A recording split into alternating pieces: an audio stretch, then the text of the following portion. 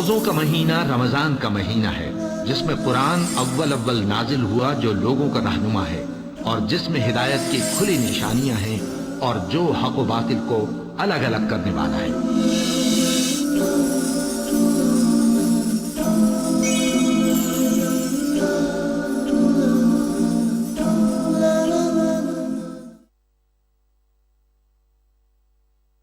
الحمدللہ کفا و سلام علی عبادہ الذین اصطفیٰ، اما بعد۔ محترم ناظرین، پروگرام فضائل رمضان کی اس نشست میں آپ حضرات کا استقبال ہے۔ السلام علیکم ورحمۃ اللہ وبرکاتہ۔ آج کی نشست کا موضوع ہے ماہ رمضان اور بچے۔ رب اشرح لی صدری ویسر لی امری واحلل عقدۃ من لسانی یفقہوا قولی رب زدنی علما سبحانک لا علم لنا الا ما علمتنا انک انت العلیم الحکیم۔ تمام قسم کی تعریفات اللہ وحدہ لا شریک، خالق کائنات، مالک ارض و سما اور مدبر انسجاں کے لیے ہیں۔ اس کے بعد بے شمار درود و سلام نازل ہو جناب محمد الرسول اللہ صلی اللہ علیہ وسلم پر کہ اللہ رب العالمین نے انہیں رحمۃ للعالمین بنا کر بھیجا۔ اللہم صلی علی محمد وعلی آل محمد کما صلیت علی ابراہیم وعلی آل ابراہیم انک حمید مجید۔ اللہم بارک علی محمد وعلی آل محمد کما بارکت علی ابراہیم وعلی آل ابراہیم انک حمید مجید۔ ناظرین، اپنا موضوع ہے ماہ رمضان اور بچے۔ بچے کے اوپر روزہ فرض نہیں ہے، لیکن اگر کوئی بچہ روزہ رکھے تو سرپرستوں کو چاہیے کہ اس کی حوصلہ افزائی کریں اور ان کو شوق دلائیں تاکہ وہ روزہ بچپن ہی سے رکھنے کے عادی ہو جائیں۔ ان کے اوپر فرض روزہ جب وہ بالغ ہو جائیں گے تو واجب ہوگا، ابھی ان کے اوپر روزہ رمضان کا واجب نہیں ہے۔ افسوس کی بات تو یہ ہے کہ ہمارے درمیان بہت سارے بچے ایسے ہیں جو اگر فلمی دنیا میں کام کریں تو لوگ ان کو بہت سارے انعامات سے نوازتے ہیں، ان کے لیے مجلسیں منعقد کی جاتی ہیں، ان کی حوصلہ افزائی کی جاتی ہیں۔ کیوں ایسا؟ ہماری ایمانی غیرت کہاں چلی گئی؟ کیوں ہم اور آپ ایسے ہو گئے؟ کافی افسوس کے ساتھ کہنا پڑتا ہے کہ بہت سارے نوجوان جو روزہ نہیں رکھتے ہیں وہ اس وجہ سے کہ بچپن سے ان کے ماں باپ نے روزے کا عادی ان کو نہیں بنایا ہے۔ کافی میں افسوس کے ساتھ کہنا چاہتا ہوں کہ بہت ساری مائیں ایسی ہیں جو اپنے نوجوان بچے کو دیکھتی ہیں کہ وہ روزے سے نہیں ہیں، پھر بھی وہ اسے منع نہیں کرتی، بولتی ہے ابھی تو نوجوان ہے، بعد میں روزہ رکھ لے گا۔ بالکل نہیں، بچپن ہی سے عبادت کے بارے میں بچوں کو سکھانا ہے، عبادت کی تربیت کرنی ہے، اور اس کے سب سے بڑے ذمہ دار ماں باپ ہیں۔ اگر آپ کو کوئی نوجوان بغیر روزے سے نظر آئے، اکثر آپ سمجھ جائیے گا کہ اس کے بگڑنے میں ان کے ماں باپ کا زیادہ ہاتھ ہے، کیونکہ بچپن سے ماں باپ نے ان کو نہیں سکھایا ہے، نیکی کی تعلیم نہیں دی ہے۔ بہت سارے ماں باپ ایسے ہیں جن کو صرف پیسے سے مطلب ہے، دینی تربیت سے اسے کچھ بھی لینا دینا نہیں ہے، جبکہ یہ دھن، دولت، پیسہ دنیاوی چیز ہے اور یہ ختم ہو جائے گی۔ جو چیز ہمارے ساتھ جانے والی ہے ہم اور آپ اس کے لیے تیاری نہیں کر رہے ہیں۔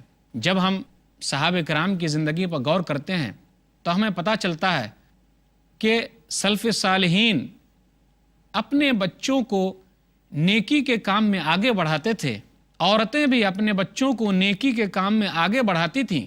وہ لوگ کافی ذمہ دار سرپرست لوگ تھے۔ میں عمر رضی اللہ تعالیٰ عنہ کا ایک قول بیان کرنا زیادہ مناسب سمجھوں گا۔ صحیح بخاری کتاب الصوم، کتاب نمبر 30، باب نمبر 47، باب صوم الصبیان، کہ عمر رضی اللہ تعالیٰ عنہ نے ایک نشہ آور آدمی سے کہا، ویلک وصبیاننا صیام، ارے تیرے لیے ہلاکت و بربادی ہو، ہمارے چھوٹے چھوٹے بچے روزہ رکھے ہوئے ہیں۔ تو کیسے باپ تھے، کیسے سرپرست تھے؟ فضربہ، تو عمر رضی اللہ تعالیٰ عنہ نے اس آدمی کو مارا بھی۔ کیا تجھے شرم نہیں لگتی؟ تجھے شرم نہیں آتی؟ دیکھ ہمارے چھوٹے چھوٹے بچے روزے سے ہیں۔ ایسے سرپرست، ایسے ماں باپ قابل مبارکباد ہیں۔ عورتیں بھی آگے آگے تھیں تاکہ اپنے بچے کو بچپن ہی سے روزے کا عادی بنا سکیں۔ ایک حدیث اور میں آپ کو یاد دلانا چاہتا ہوں، صحیح مسلم کتاب الصیام، کتاب نمبر 13، حدیث نمبر 1136۔ ربیع بنت معوذ کہتی ہیں رضی اللہ تعالی عنہ کہ اللہ کے رسول صلی اللہ علیہ وسلم نے عاشورہ کی صبح مدینہ کے گاؤں میں یہ خبر بھجوایا کہ جو کوئی بھی آدمی روزے سے ہے وہ روزہ رکھے، اور اگر روزے سے نہیں ہے تو پورے دن تک ویسے ہی رہے۔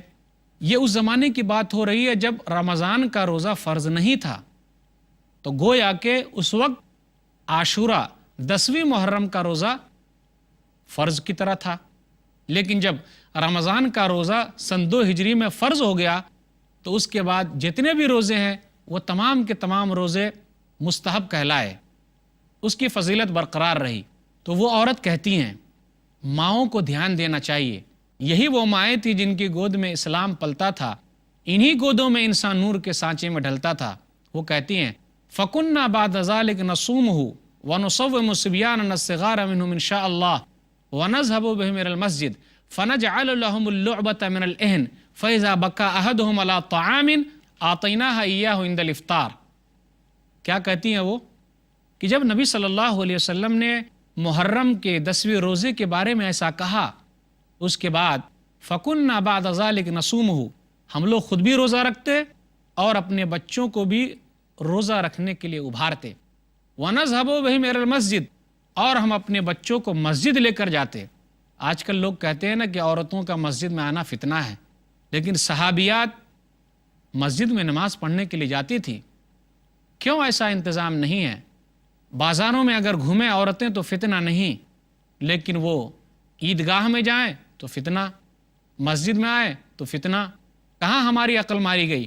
جب ہم نے عورتوں کو دین سیکھنے سے الگ کر دیا ہے، اس لیے ہم اور آپ آج شکایت کر رہے ہیں کہ ہماری عورتیں دیندار نہیں ہیں۔ بھئی بات سننے کو کہاں اس کو ملے گا؟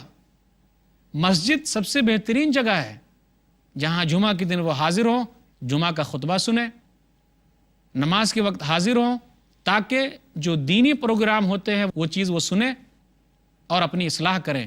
لیکن ہم نے ان کو ہر چیز سے الگ تھلگ کر دیا ہے، اس لیے وہ جب وہ کوئی چیز سنتی ہی نہیں ہے تو اس پر عمل کیسے کرے گی؟ افسوس کی بات ہے۔ ایسے لوگ یہ نہیں کہتے کہ عورتیں بازار میں جائیں تو فتنہ ہے، ادھر ادھر جائیں تو فتنہ ہے، لیکن فتنہ ان کو مسجد ہی میں اور عیدگاہ میں نظر آتا ہے۔ تو وہ کہتی ہیں کہ ہم اپنے بچوں کو لے کر مسجد میں جاتے، فَنَجْعَلُ لَهُمُ اللُّعْبَةَ مِنَ الْإِهْنِ، اور بچوں کے لیے کھلونے روئی کے بنا لیتے کہ اگر وہ کھانے پینے کے لیے روئے تو وہ کھلونے میں اس کو بہلا دیا جائے، پھسلا دیا جائے، تاکہ وہ کھانے پینے کی طرف دھیان نہ دے۔ وہ کہتی ہیں کہ جب کوئی بچہ رونے لگتا تو ہم لوگ کھلونے ان کو دیتے اور وہ لوگ اس میں کھیلنے لگتے، یہاں تک کہ افطار کا وقت آ جاتا۔ بھلا بتائیے ایسی عورتوں کے بچے روزے دار ہوں گے یا ان عورتوں کے جو اپنے بچے کے لیے روزے کے سلسلے میں کچھ بھی خیال نہیں کرتی، یا ان عورتوں کے لیے جو اپنے بچے کے لیے یہ سوچ رہی ہے ابھی تو نوجوان ہے، ابھی تو بچہ ہے، بعد میں روزہ رکھ لے گا، تو کیا ان کے بچے روزدار ہوں گے؟ نہیں، ان کے بچے روزدار ہوں گے جو بچپن سے اپنے بچے کو روزے کا عادی بنا رہے ہیں۔ قابل مبارکباد ہیں ایسی مائیں جو اپنے بچے کے لیے محنت کرتی ہیں، اور اس کا ثواب انہیں بھی ملنے والا ہے، کیونکہ تربیت سب سے اہم چیز ہے، اور اچھی تربیت کا دار و مدار ماں باپ کے اوپر ہے۔ ماں باپ جیسے ہوں گے ویسے ہی بچے ہو جائیں گے، اکثر ایسا ہوتا ہے، کیونکہ نبی صلی اللہ علیہ وسلم نے ارشاد فرمایا، صحیح بخاری کتاب الجنائز کتاب نمبر 23 حدیث نمبر 1385، کل مولود یولد علی الفطرہ فابواہ یحودانہ او ینصرانہ او یمجسانہ، کہ ہر بچہ توحید پر پیدا ہوتا ہے، اس کے ماں باپ اس کو یہودی بنا دیتے ہیں یا نصرانی بنا دیتے ہیں یا مجوسی آگ پوجنے والے بنا دیتے ہیں۔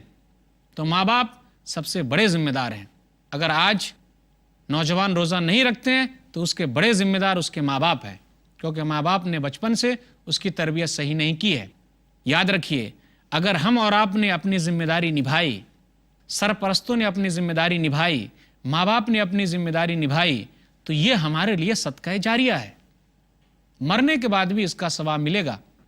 صحیح مسلم کتاب الوصیہ کتاب نمبر 25 حدیث نمبر 1631، حدیث نمبر 1623، اذا مات الانسان انقطع عنہ عملہ الا من ثلاثۃ، آدمی جب مر جاتا ہے تو اس کا سلسلہ ٹوٹ جاتا ہے، اس کے عمل کا سلسلہ ٹوٹ جاتا ہے، لیکن 3 چیز کا ثواب اس کو ملتا رہتا ہے، الا من صدقۃ جاریہ، علم ينتفع بہ، یا علم، اس کا علم جس کے ذریعے لوگ فائدہ اٹھاتے ہیں، اس نے بہت ساری تقریریں کی ہیں، اس نے بہت ساری کتابیں لکھی ہیں، لوگوں کو فائدہ پہنچایا ہے تو اس کا ثواب اس کو ملتا رہے گا، مرنے کے بعد بھی ملے گا۔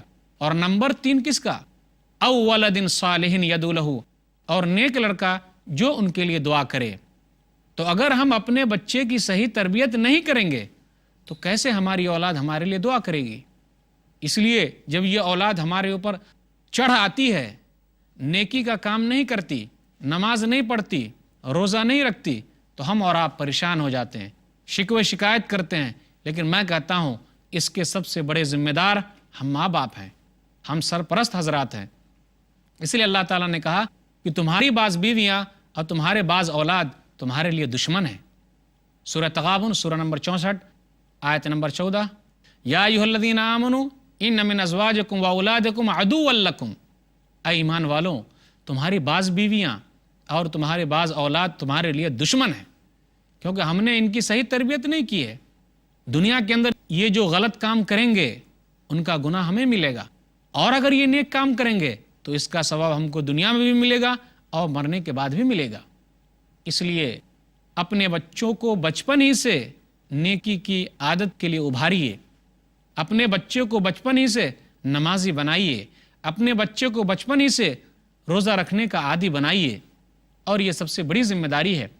نبی صلی اللہ علیہ وسلم نے کہا مروا اولادکم بالصلاۃ وہم ابناء 7 سنین واضربوہم علیہا وہم ابناء 10 سنین۔ سنن نبی داؤد کتاب الصلاۃ کتاب نمبر 2 باب نمبر 26 متی یؤمر الغلام بالصلاۃ حدیث نمبر 495۔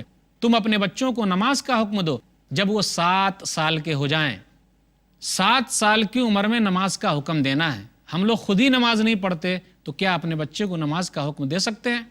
تو جب ہمارے بچے نمازی نہیں ہیں کیونکہ ہم نے ان کو نماز کی طرف نہیں ابھارا ہے، اور جب وہ 10 سال کے ہو جائیں اور نماز نہ پڑھتے ہوں تو انہیں مارو۔ تو یاد رکھیے تربیت سب سے اہم چیز ہے، اور اس کے سب سے بڑے ذمہ دار ماں باپ ہیں۔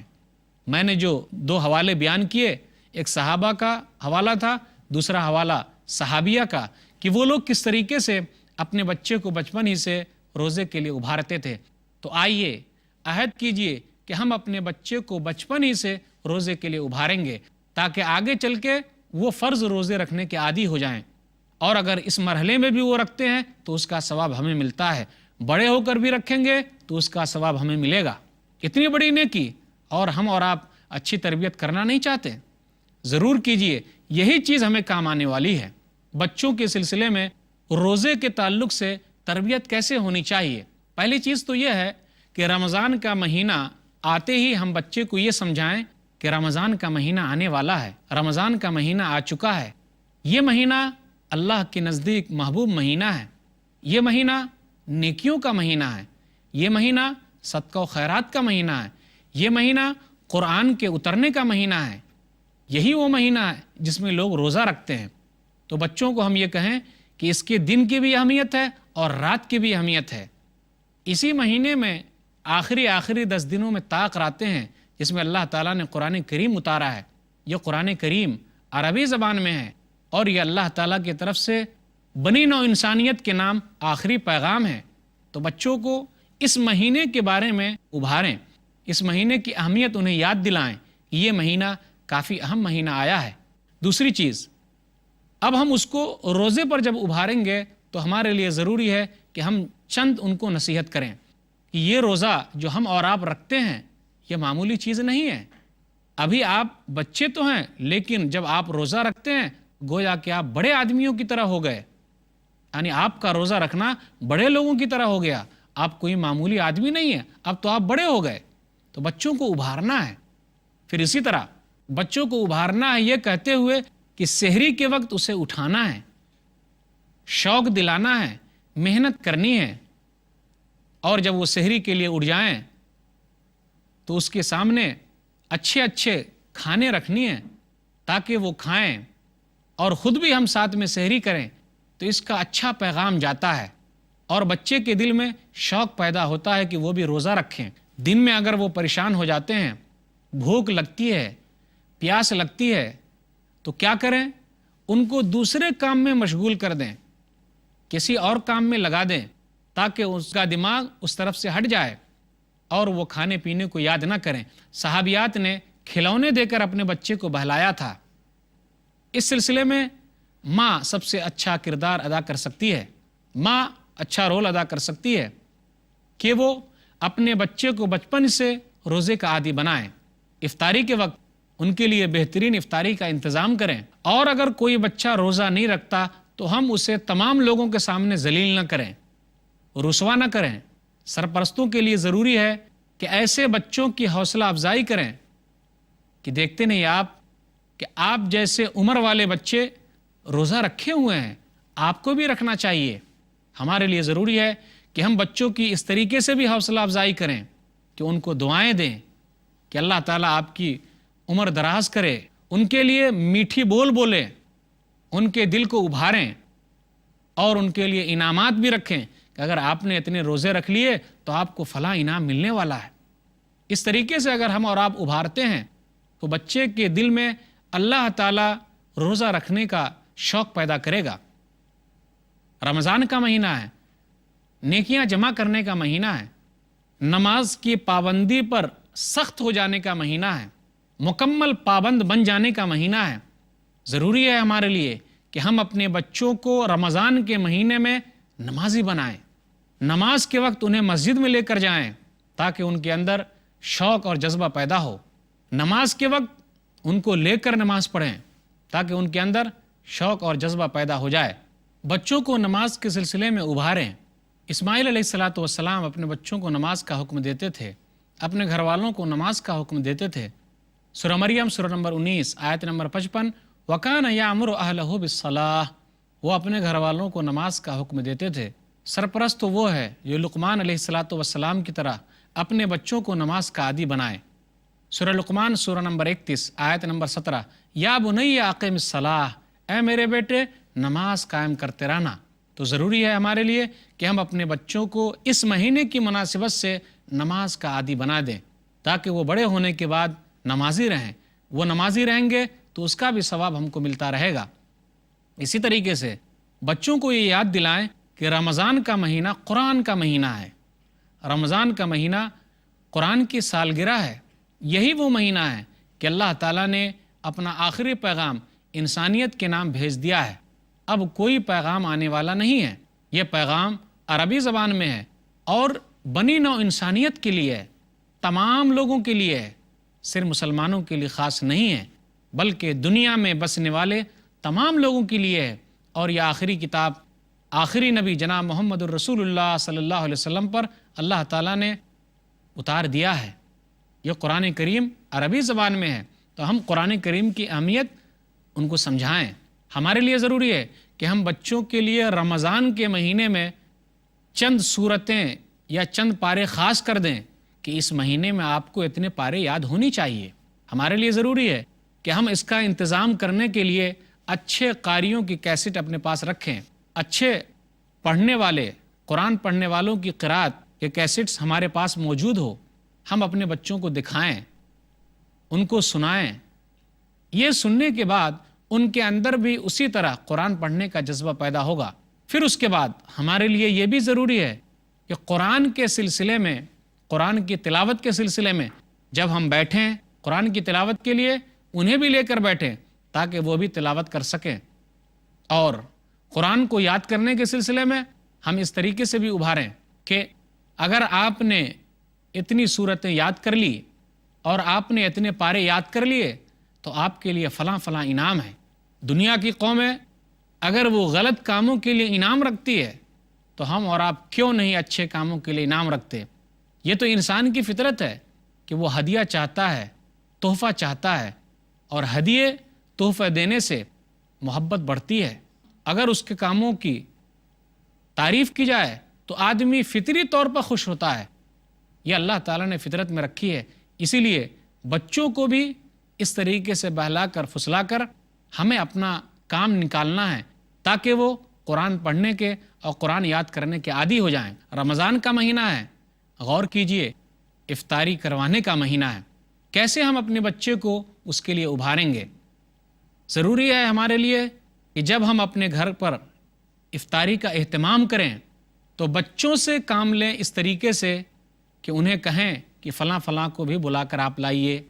تو وہ جب یہ دیکھیں گے کہ اس طریقے سے میرے سرپرست لوگوں کو افطار کرا رہے ہیں تو آگے چل کر اس کے اندر بھی جذبہ پیدا ہوگا کہ وہ بھی لوگوں کو افطار کرائیں گے۔ صدقہ و خیرات کا مہینہ ہے، یہ مہینہ صدقہ و خیرات کا مہینہ ہے۔ بچوں کو ہم کیسے صدقہ و خیرات پر ابھاریں گے؟ صدقہ فطر ہمیں بچوں کی طرف سے بھی ادا کرنا ہے، یہ کسی سے معاف نہیں ہے، بچوں سے بھی معاف نہیں ہے۔ ہمارے لیے ہے کہ ہم غریبوں کی مدد کریں تو وہ صدقہ و خیرات بچوں کے ذریعے دلوائیں، انہیں بھیجیں کہ آپ فلاں آدمی کے پاس جائیے اور یہ چیز دے کر آئیے۔ جب ہم بچوں سے اس طریقے کا کام لیں گے تو ان کے اندر نیکی کرنے کا جذبہ پیدا ہوگا۔ غریبوں کی، مسکینوں کی دیکھ بھال پر ان کو ابھاریے، افطاری کسی کے یہاں بھجوائیے، سحری کسی کے یہاں بھجوائیے، اور یہ تمام کام بچوں سے لیے جائیں اور انہیں یاد دلاتے رہیں کہ اگر ہم دوسرے کی مدد کریں گے تو اللہ تعالی ہماری مدد کرے گا۔ نبی صلی اللہ علیہ وسلم نے ایک حدیث کے اندر ارشاد فرمایا، صحیح مسلم کتاب الذکر والدعا کتاب نمبر 48 حدیث نمبر 2699، واللہ فی عون العبد ما کان العبد فی عون اخیہ، بندہ جب تک دوسرے کی مدد میں لگا رہتا ہے اللہ تعالیٰ اس بندے کی مدد میں لگا رہتا ہے۔ تو اس طریقے سے اگر ہم بچے کو ابھارتے ہیں تو وہ صدقہ و خیرات کرنے والے شروع سے بن جائیں گے۔ کچھ پیسے انہیں دیں اور اس کا امتحان لیں کہ وہ غریبوں کو دے کر آتا ہے کہ نہیں آتا۔ اس طریقے سے ہم اس کے اندر صدقہ و خیرات کرنے کا جذبہ رمضان کے مہینے میں پیدا کر سکتے ہیں۔ لیلۃ القدر میں اگر ہم جاگتے ہیں تو ضروری ہے ہمارے لیے، یہ تو جاگنا ہی جاگنا ہے۔ لیلۃ القدر میں ہم جاگتے ہیں، ضروری ہے ہمارے لیے کہ ہم اپنے بچوں کو بھی جگائیں، گھر والوں کو جگائیں، تاکہ وہ لوگ نیکی کے کام میں آگے بڑھیں۔ اسی طرح جب ہم تراویح کے لیے جاتے ہیں تو ضروری ہے ہمارے لیے کہ ہم اپنے بچوں کو بھی لے کر جائیں۔ نبی صلی اللہ علیہ وسلم اپنے گھر والوں کو اور اپنی عورتوں کو جمع کر کے تراویح کی نماز پڑھی تھی۔ اسی طرح نبی صلی اللہ علیہ وسلم آخری 10 دنوں تک رات میں جاگتے تھے، اللہ کی عبادت کرتے تھے، تو اب اپنے بچوں کو بھی جگائیں، اپنی عورتوں کو بھی جگائیں۔ نبی صلی اللہ علیہ وسلم کے بارے میں آیا صحیح مسلم کتاب الاعتکاف کتاب نمبر 14 حدیث نمبر 1174، وَأَيْقَظَ أَهْلَهُ، کہ نبی صلی اللہ علیہ وسلم اپنی بیویوں کو بھی جگاتے تھے، اپنے گھر والوں کو بھی جگاتے تھے۔ تو اگر بچپن سے ہم اپنے بچوں کے اندر یہ تمام چیزیں پیدا کرتے ہیں تو امید ہے کہ آگے چل کے انشاءاللہ یہ روزہ دار بن جائے گا۔ ہم نے جو باتیں آپ کے سامنے رکھی ہیں وہ اس لیے تاکہ ہم بچے کو بچپن ہی سے اس کا عادی بنائیں۔ اور یاد رکھیے، عید کا دن جب آئے تو اپنے بچوں کو بھی ہم عیدگاہ لے آئیں، ایسا نہیں کہ ہم اپنے بچوں کو چھوڑ دیں۔ خوشی میں ہر ایک کو شامل کریں، یہ بھی ان کا حق ہے۔ عبداللہ بن عباس رضی اللہ تعالیٰ عنہ چھوٹے صحابہ میں سے ہیں، وہ بھی عیدگاہ گئے اور نبی صلی اللہ علیہ وسلم نے جو چیزیں بتلائی اس کو انہوں نے یاد رکھا۔ صحیح بخاری کتاب العیدین کتاب نمبر 13 حدیث نمبر 975، وہ بیان کرتے ہیں کہ نبی صلی اللہ علیہ وسلم عید کی نماز کے لیے نکلے اور آپ نے عید کی نماز پڑھی، پھر اس کے بعد آپ بلال کو ساتھ میں لے کر گئے اور آپ نے عورتوں کو خطبہ دیا۔ جب آپ نے عورتوں کو خطبہ دیا وہ صدقہ و خیرات کرنے لگی۔ تو یہ چھوٹے صحابی بیان کرتے ہیں تو یہ حق ان کا بھی ہے۔ تو چند باتیں جو میں نے آپ کے سامنے رکھی وہ یہی کہ ہمیں بچپن ہی سے بچے کے لیے کوشش کرنی ہے تاکہ وہ روزہ دار بن جائے، روزے کا عادی ہو جائے۔ صحابہ کرام ایسا ہی کرتے تھے، صحابیات ایسا ہی کرتی تھیں۔ اللہ تعالیٰ سے دعا ہے کہ اللہ تعالیٰ ہم لوگوں کو ایسا ہی کرنے کی توفیق دے۔ آمین وآخر دعوانا الحمدللہ رب العالمین وصلی اللہ علی نبینا محمد وآلہ وصحبہ اجمعین۔ والسلام علیکم ورحمۃ اللہ وبرکاتہ۔